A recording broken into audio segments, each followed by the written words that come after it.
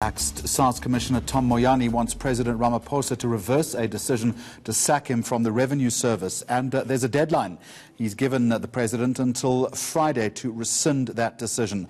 Moyane believes that he's been unlawfully removed. To the newsroom, Heidi Jokos is following that story for us.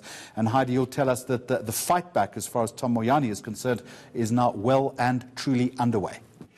That is true, Jeremy. So Tom Moyane is not stepping down. He is fighting back to the very end. But let me just explain to you how he reached this point. Tom Moyane applied to the Constitutional Court stating that his disciplinary hearing, as well as the Commission of Inquiry into Tax Administration, headed up by Judge Nugent, is unlawful and it is extremely unfair given the fact that they are running together at the same time. So Tom Moyane took that to the Constitutional Court.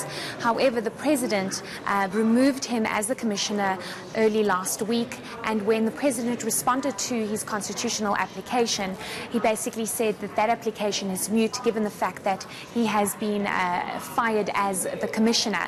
However, Tom Moyane has given a 6-page letter to the President stating that his dismissal and him being fired is unfair and it's unlawful given the fact that the President has not awaited the Constitutional Court's decision whether they will listen to the application or not. So he has given the President a deadline for Friday to rescind his termination letter until the Constitutional Court gives a go-ahead on whether they will listen to Tom Moyane's application and what that decision will be.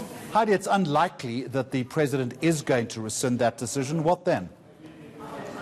So we do not know what the President is going to decide on. We do know that the President has received the letter and he has not been able to consider it yet. However, it's basically in the Constitutional Court's hands whether they will grant access to Tom Moyane and whether this application will be heard or not. And if that does happen, then the Constitutional Court will decide on whether it was unfair for Tom Moyane to be facing a disciplinary hearing and the Commission of Inquiry to be running at the same time, and whether the President's decision to dismiss him on the basis of the outcomes of the Commission of Inquiry was lawful or not. We also know there's been a flurry of activity, Heidi, around the appointment of a new permanent commissioner.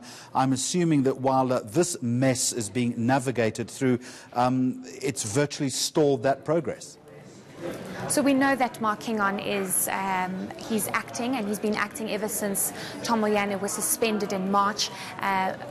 Kingon's contract will end in December.